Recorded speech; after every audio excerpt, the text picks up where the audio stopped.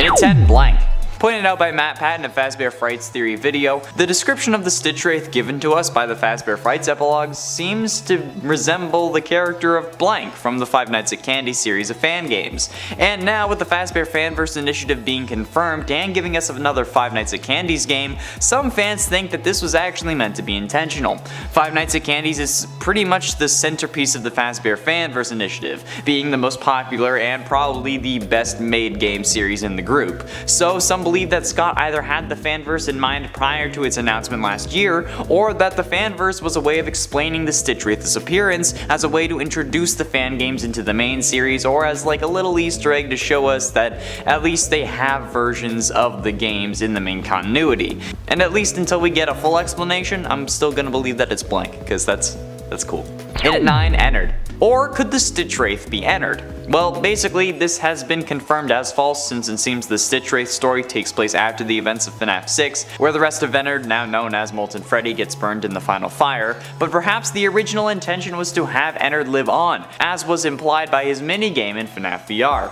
At the end of Ennard's vent repair, you activate a boiler that also causes something to scream. You assume that the thing screaming is Ennard, getting burned and turned into scrap.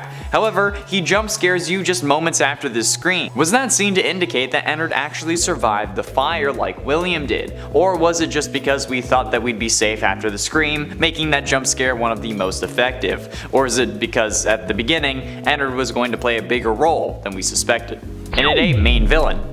Could the Stitchwraith become the next main villain of the series once William finally kicks that remnant-filled bucket? Is it possible that this creature powered by the intense agony of multiple individuals will be the next mission we see our characters on, until we can finally put an end to this nightmare?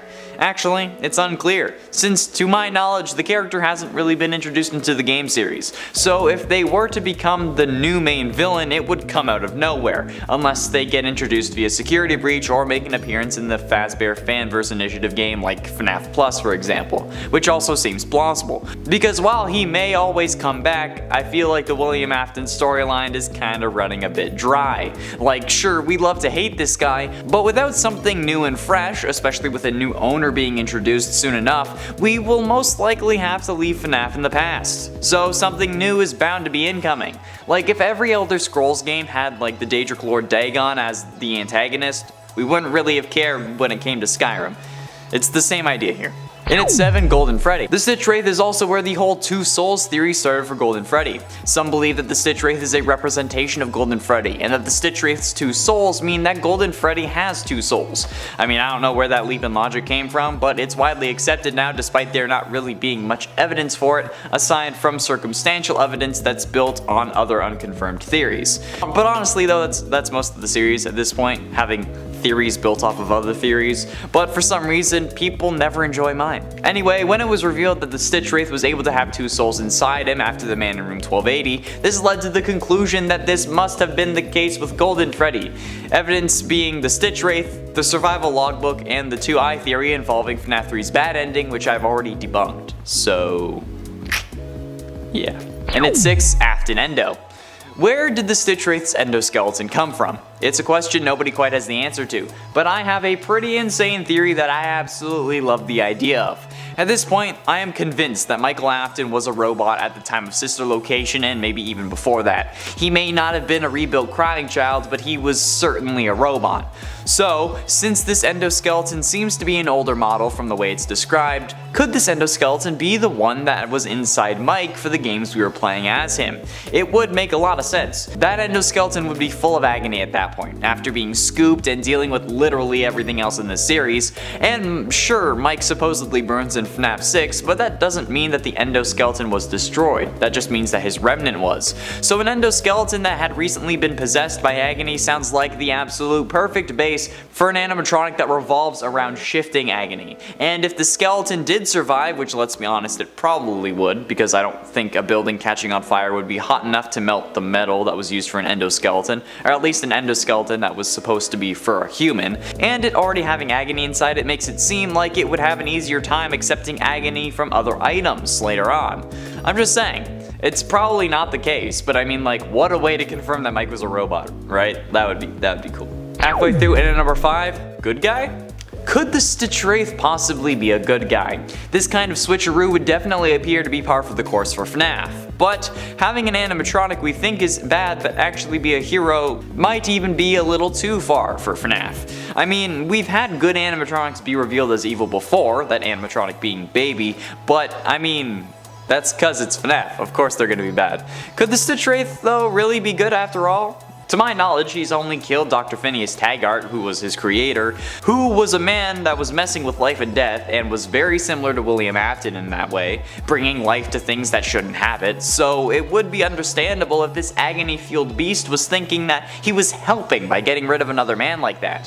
He also just seems to be collecting parts that have already met their demise instead of really offing them himself. He collects that girl's limbs after Baby had already removed them and to be beautiful. He collects the Psycho plush trap after it was destroyed by a train. I mean, like, maybe this guy isn't so bad after all. You gotta remember that the animatronics aren't really the bad guys here. They just want justice to be served to their killer, even if they have to do it themselves. And if we do play as Mike, he does look like his dad, who was their killer. So their actions in my book are justified.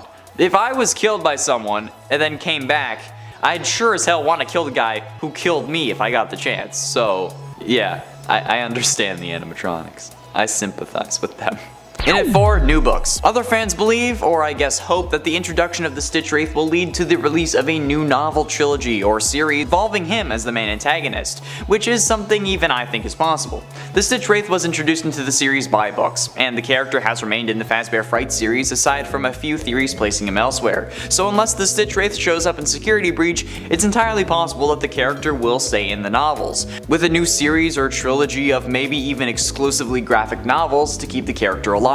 Because at this point, we don't really know this character's purpose or true intentions. They could secretly be a good guy for all we know, like I just mentioned. So maybe this new potential series of books would revolve around the Stitchwraith being a force for good, or at least the protagonist, because the protagonist doesn't always have to be a good guy. Take Lolita for example. An incredibly messed up character is the protagonist of that book. But since he is the protagonist, you end up feeling sorry for him despite him being an absolutely awful human.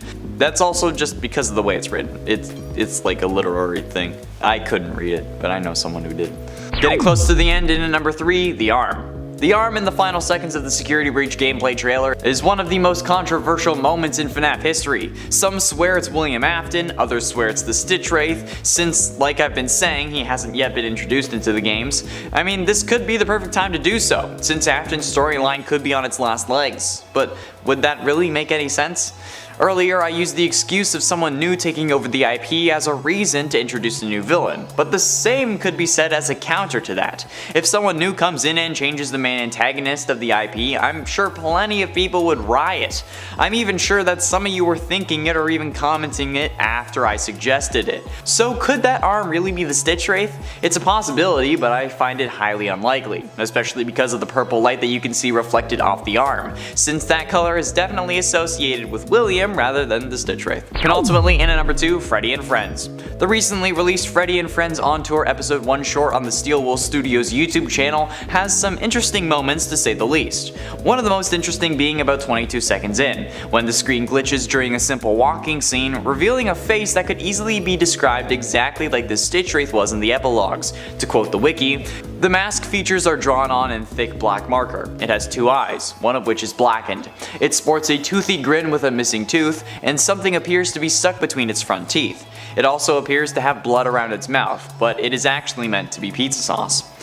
While one of the eyes may not be blacked out, it certainly looks like this could be the real face of the Stitchwraith, or at least how we would see it if it was in the real world, you know, like if it was actually realistic instead of a video game. And finally, in at number 1, William's Vessel. What if everything is right though?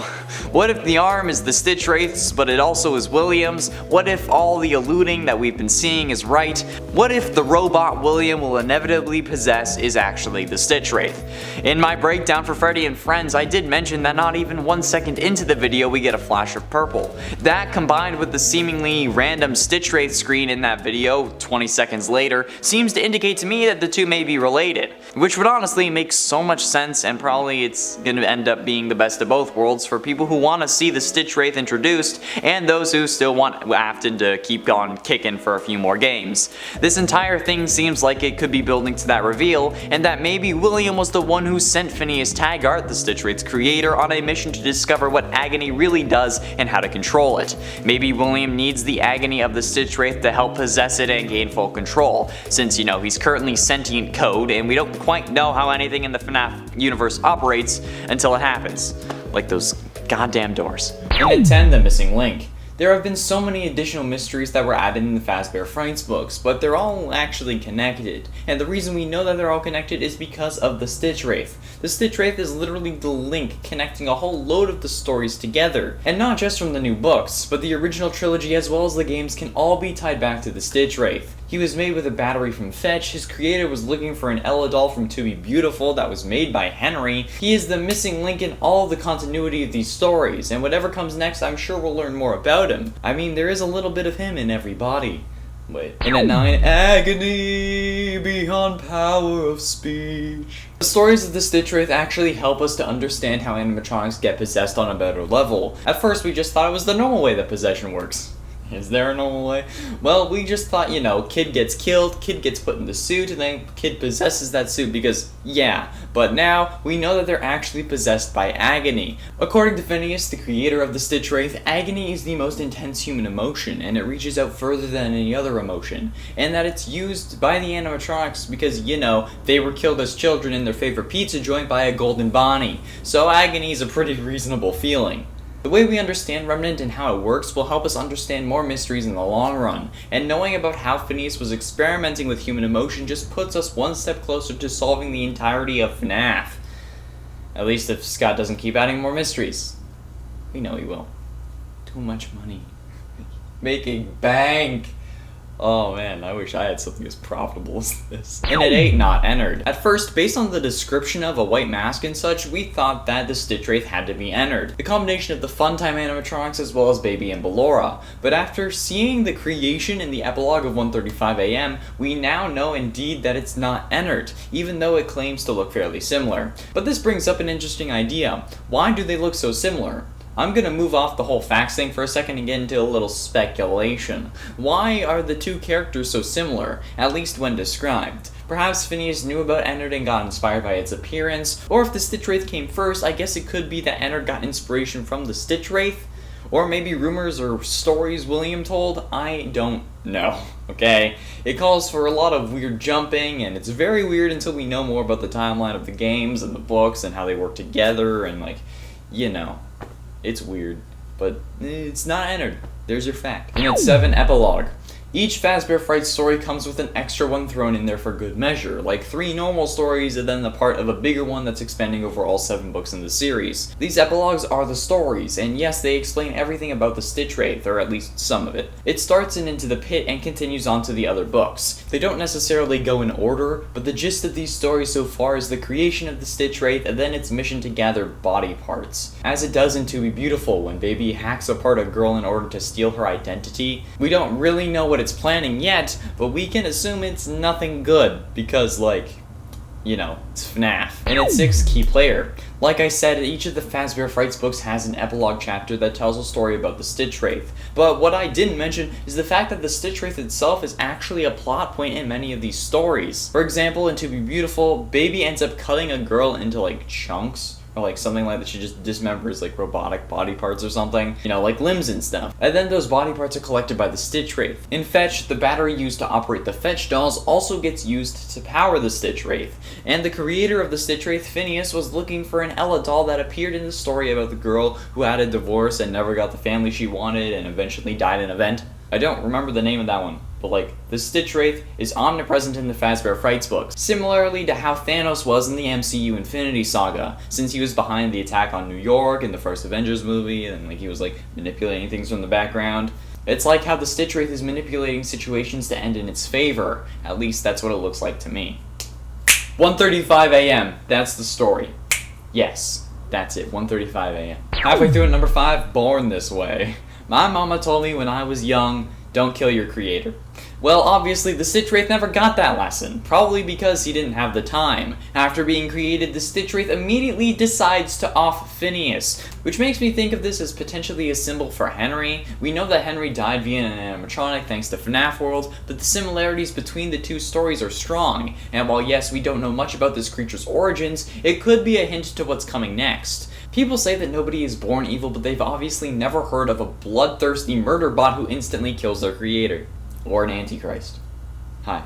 In and for appearance. The appearance of the Stitchwraith was a point of confusion in the past, described as a mysterious figure in a black cloak with a white mask and features drawn on in black marker, one eye blacked out, a big toothy grin with blood around the mouth, who's staggering and limps while walking. That made everyone, or at least me, think of Ennard, who shows similar character traits, aside from the whole lives in a dark cloak thing, but to be fair, anyone can grab one, especially with the affordable prices of today's sponsor. I'm just kidding. Although Cloak did release FNAF merch, and they didn't call me, so I'm kind of insulted. I mean, like, I'm reppin', you know. Cloak, hit me up. But the creepy appearance has made him be compared to Ennard, which would just be interesting, but it would mean that, like, Ennard didn't create himself, and that he wasn't actually a combination of the sister location animatronics, and, like, it's not true, but this is because of, in Act 3, his origins. The origin of the Stitchwraith is outlined fairly simply in the third Fazbear Frights book, 135 AM. At least I think it's that one.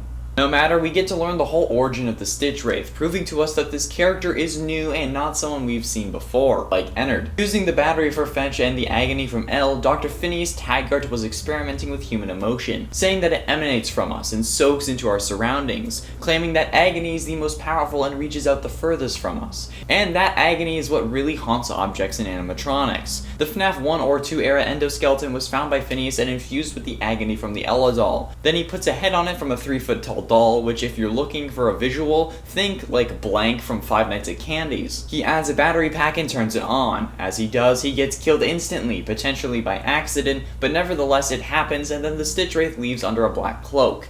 It's creepy, it's haunting, and it's extremely interesting, so I look forward to learning more. There's like 3 more books coming out or something like that? 3 or 4-ish? And a 2, potential identity. Now, we don't really know who the Stitchwraith is. We don't know if we've seen the character already, but we can be pretty sure that we haven't. However, we can think about its potential identities for the Wraith. So, who could this be? Well, it could be the animatronic that kills Henry. I know, but Baby was the one who killed Henry. Things change. And this could be the one who does it in another universe, or at least the endoskeleton was used for the animatronic that killed Henry. At least in the books, this endoskeleton is described as being unfinished, unlike the scene from FNAF World where everyone thinks that it's Baby. This could be the way the Stitchwraith gets tied back to the books, and this could be tied back to the games later on too. I mean, book number 5 is called Bunny Call, and it features a story about a man with gruesome burns all over his body, and an iron will to live. So, come on, I think we all know who that is. I always come back. Finally, in at number 1, Mystery. The scariest thing about this character is just how mysterious he really is. We don't know what he wants. Sure, we know how he was created, but that's the only thing. We don't know about his motives, we don't know about his goals, we don't know why he's collecting body parts, we don't know what he's planning on doing. And the unknown is probably the scariest thing in existence. You're scared of heights. That's because you don't know what you'll feel while falling. You're scared of being alone in the dark? Well, that's because you don't know what's hiding in the shadows. You're scared of that man who seems to be following you because you don't know his motives or if he's really following you. The unknown is the root of all fears. Once you know something, it isn't as scary anymore. That's why they say face your fears to get over them, because once you understand it, you won't be as scared. You'll still potentially be scared, but you won't be as scared. But we know nothing about the Stitchwraith!